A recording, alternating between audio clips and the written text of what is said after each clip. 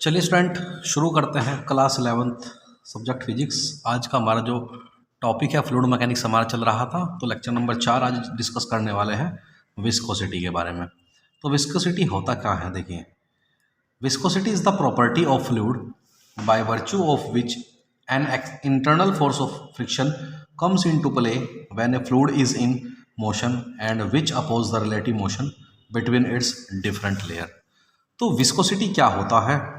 Fluid की एक property होती है जिसके कारण जब फ्लूइड बहता है ना, तो फ्लूइड के डिफरेंट लेयर के बीच में उस मोशन का अपोज करने वाला एक फोर्स आता है जो फ्लूइड के रिलेटिव मोशन को रोकता है। डिफरेंट लेयर के बीच में जो फ्रिक्शन लगता है उसे ही हम विस्कोसिटी कहते हैं। तो विस्कोसिटी एक प्रकार से ऐसा फोर्स होता है जो फ्लूइड बहता है उसके बहने की टेंडेंसी को कम कर देता है। तो एक प्रकार से हम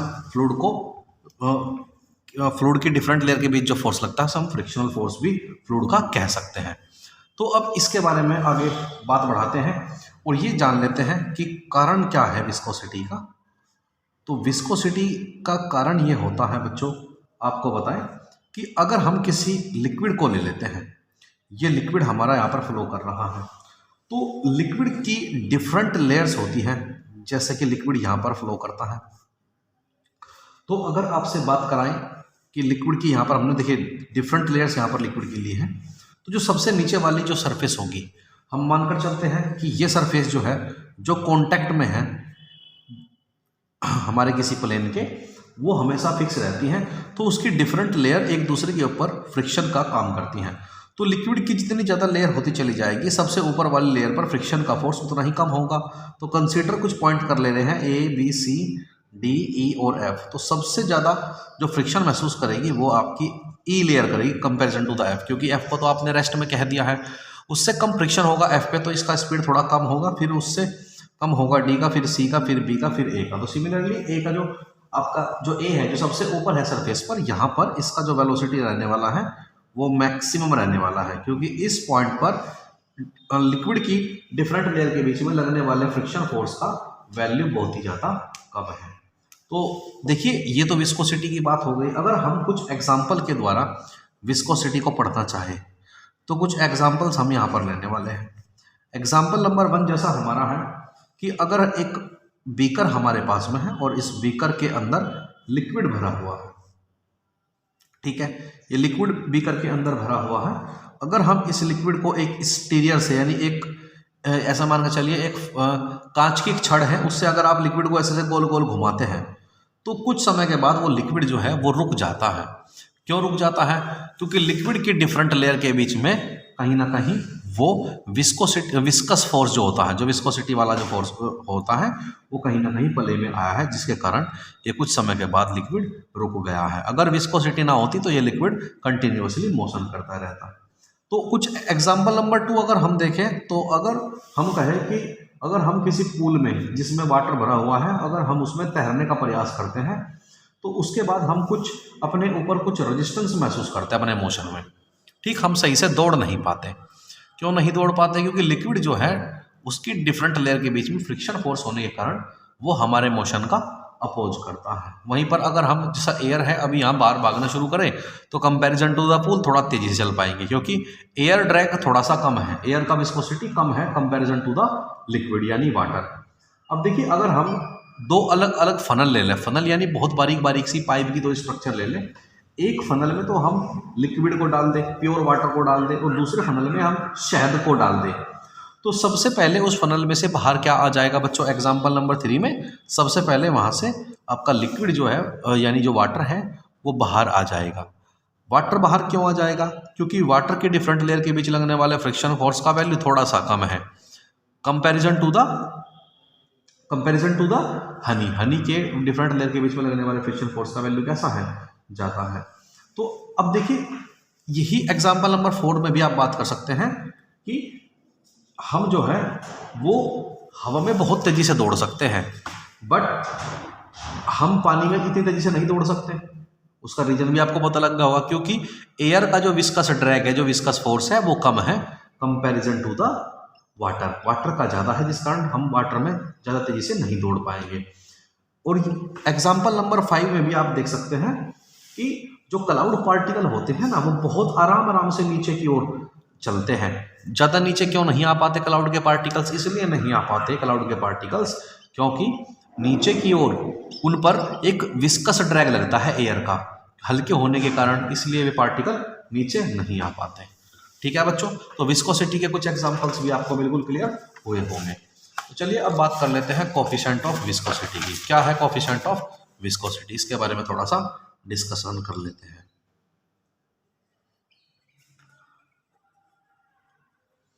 कोफिशिएंट ऑफ विस्कोसिटी के बारे में ऐसा कहा गया है कि अगर हमारे पास में दो लेयर हम कंसिडर कर ले रहे हैं लिक्विड की, एक लेयर ये हो गई, एक लेयर कहीं इसके ऊपर है, और ये दोनों लेयर एक दूसरे के कांटेक्ट में ही है। ठीक है, सपोज हमने कोई फिक्स सरफेस यहाँ पर ले लिया है, फिक्स सरफेस यहाँ से ले लिया है, और जो पहले वाली लेयर है वो कितने डिस्टेंस पर है इस फिक्स सरफेस से? सपोज वो x डिस्टेंस पर है, और जो थिकनेस तक की है वैल्यू, यानी जो थिकनेस है इसके बीच की, ये थिकनेस सपोज आपकी dx है, तो ये डिस्टेंस यहाँ तक का कितना हो जाएगा आपका? x प्लस dx हो जाएगा यहाँ से यहाँ तक। ठीक है, सिमिलरली इस पहले वाली लेयर की वेलोसिटी आपने कितना कंसिडर कर लिया है? v कंसिडर कर लिया है। तो दूसरे वाले की वेलोसिटी आपकी, क्योंकि d तो इसमें थिकनेस हो गई, तो जो ऊपर वाली लेयर है उसके ऊपर फ्रिक्शन का फोर्स कम लगता है, तो ऊपर वाली जो लेयर है उसकी रफ्तार हम थोड़ी सी इंक्रीज करती हुई मान लेते हैं, वो है आपकी v प्लस dv। तो अकॉर्डिंग टू न्यूटन थ्योरी के अकॉर्डिंग जो फोर्स ऑफ विस्कस होता है ना, या विस्कोसिटी वाला जो फोर्स होता है, वो इन दोनों प्लेटों के बीच, प्लेटों का जो एरिया होता है ना उसके डायरेक्टली प्रोपोर्शनल होता है। यानी कि एरिया जितना ज़्यादा होगा ना लेयर्स का, या proportional to the area of the layer in contact, यानी कि जो एरिया जितना ज़्यादा होगा लगने वाला विस्कस फोर्स भी उतना ही ज़्यादा होगा। एरिया जितना कम होगा लगने वाला विस्कस फोर्स भी उतना ही कम होगा। फिर इसके बाद बात कर ले रहे हैं कि जो आपका फ्रिक्शनल फोर्स है विस्कोसिटी वाला, वो आपका वेलोसिटी ग्रेडियंट के डायरेक्टली प्रोपोर्शनल होता है। वेलोसिटी यानी कि dv और डिस्प्लेसमेंट यानी कि dx, वेलोसिटी ग्रेडियंट के डायरेक्टली प्रोपोर्शनल होता है। ये आपकी क्वेश्चन नंबर 1 है और ये आपकी क्वेश्चन नंबर 2 है। अगर आप दोनों ही क्वेश्चन को कंबाइन करना चाहते हैं तो उसके लिहाज से आपके पास बच जाएगा a dv/dx। अब फिजिक्स का तो वही प्यारा सा नियम है कि आप डायरेक्टली प्रोपोर्शनल का निशान हटाते हैं, इसकी जगह एक कांस्टेंट लगा देते हैं, और यहाँ पर जो कांस्टेंट आप इस्तेमाल करने वाले हैं वो इस्तेमाल करने वाले हैं ईटा ही आपका होता है कोफिशिएंट ऑफ विस्कोसिटी dv/dx। और निगेटिव साइन हम यहाँ पर लेने वाले हैं क्योंकि यहाँ पर डिक्रीमेंट हुआ है, चीज़ों का अपोज हुआ है, इसलिए हमने यहाँ पर निगेटिव सिंबल को इस्तेमाल किया है। तो अब हम अगर बात कर ले रहे हैं कोफिशिएंट ऑफ विस्कोसिटी, जो आपने ईटा है इसे आपने कहा है कोफिशिएंट ऑफ विस्कोसिटी। अगर आप इस ईटा को डिफाइन करना चाहते हैं तो आपको कहना होगा कि अगर हम ये कह सकते हैं कि it depends on the nature of the liquid and gives A measure of viscosity. ये जो आपका ईटा होता है ना, यही आपका कोफिशिएंट ऑफ विस्कोसिटी होता है, और ये लिक्विड के नेचर पर डिपेंड करता है, जिसकी हेल्प से आप विस्कोसिटी को मेजर कर सकते हैं। और निगेटिव साइन तो यही रिप्रेजेंट कर रहा है कि जो विस्कस फोर्स है वो निगेटिव डायरेक्शन में है, डायरेक्शन ऑफ मोशन के, जिसमें लिक्विड फ्लो कर रहा है। तो अगर हम ईटा को डिफाइन करना चाहें तो आप कहेंगे कि if A is equal to 1 unit, अगर एरिया आपका 1 यूनिट है और जो आपका dv/dx है वो आपने 1 लिया है, तो इस केस में लगने वाला विस्कस फोर्स आपके ईटा के इक्वल होगा। तो आप कह सकते हैं हेंस कोफिशिएंट ऑफ विस्कोसिटी यानी कि ईटा may be defined as the tangential viscous force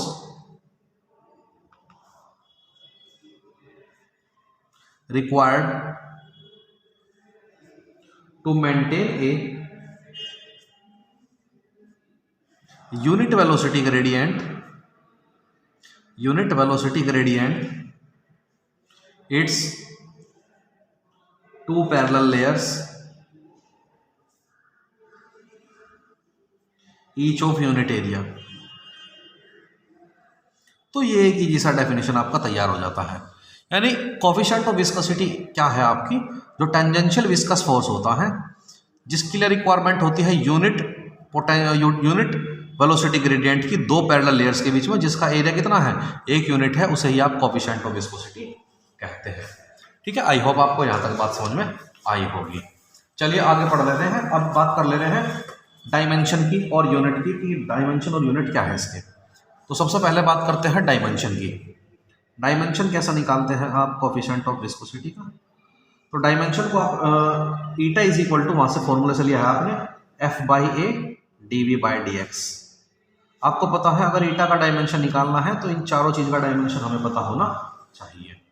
force का डायमेंशन हम ऑलरेडी जानते हैं mLT-2 होता है, वेलोसिटी का होता है LT-1, एरिया होता है आपका L² और dx होता है आपका L।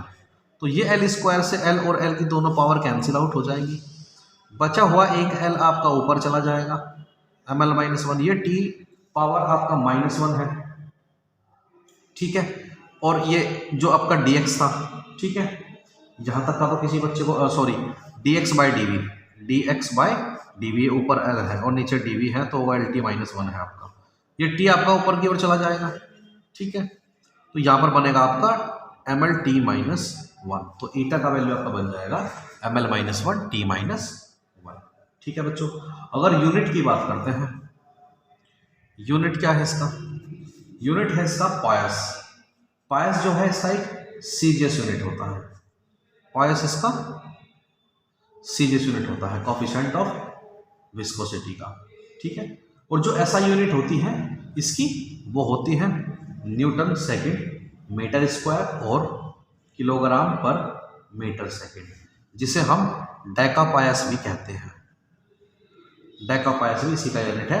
और क्योंकि पॉइसल एक साइंटिस्ट हुए जिन्होंने इसका डिस्कवरी करा था, तो उसके आधार पर इसका यूनिट पाइसल भी कहा गया है। पाइसल हम नेक्स्ट वीडियो में डिस्कस करने वाले हैं। तो एक रिलेशन भी होता है पायस और डेकापायस में। तो रिलेशन कैसे निकालते हैं आप, रिलेशन बिटवीन पाइसल एंड पायस।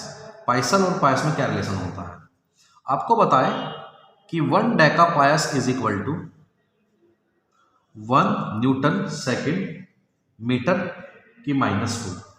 अब देखिए 1 न्यूटन में आपके 10 की पावर 5 डायन होते हैं सीजीएस में, सेकंड में आपका कोई चेंज नहीं होता। 1 मीटर में आपके 10 की पावर 2 सेंटीमीटर का स्क्वायर विद नेगेटिव वैल्यूज, तो ये कितना बन जाएगा आपका 10 का पावर 5 डायन सेकंड, 10 की पावर -4 सेंटीमीटर स्क्वायर। तो ये आपका बचेगा 10, 5 पावर ये -4 ये 10 बचेगा, और ये हो गया आपके पायस। तो आपको बताएं ये जो रिलेशन निकल कर आया है, एक डेकापायस बराबर या एक पाइसल बराबर, एक डेकापायस या पाइसल एक ही बात होती है बच्चों। तो एक डेकापायस बराबर 10 पायस आपके होते हैं, ठीक है।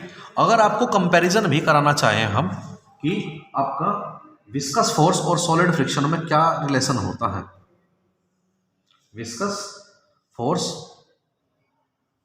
और सॉलिड फ्रिक्शन इन दोनों में क्या अंतर होता है, इसके बारे में भी आपको सुनना है ध्यान से। पॉइंट नंबर 1, विस्कस फोर्स क्या होता है। Viscous force is directly proportional to the area of the layer in contact, यानी कि विस्कस फोर्स जो एरिया होता है ना लिक्विड के डिफरेंट लेयर्स के बीच, उसके डायरेक्टली प्रोपोर्शनल होता है। बट जो सॉलिड फ्रिक्शन होता है वो तो एरिया इंडिपेंडेंट होता है, ये तो एरिया इंडिपेंडेंट होता है। एरिया पर सॉलिड फ्रिक्शन आपका डिपेंड नहीं करता। Solid friction depends upon only roughness and smoothness of the contact surfaces, ठीक है। आपका दूसरा है it is independent of normal reaction. Independent होता है ये नॉर्मल रिएक्शन से। नॉर्मल रिएक्शन जो होती है ना, उस पर आपका विस्कस फोर्स काम ही नहीं करता, उस पर डिपेंड ही नहीं करता, but it depends upon normal friction. पर जो आपका सॉलिड फ्रिक्शन होता है ये नॉर्मल फ्रिक्शन पर डिपेंड करता है। चलिए स्टूडेंट, आज के लिए विस्कोसिटी में इतना ही, बाकी हम नेक्स्ट वीडियो में डिस्कस करेंगे। Thank you class.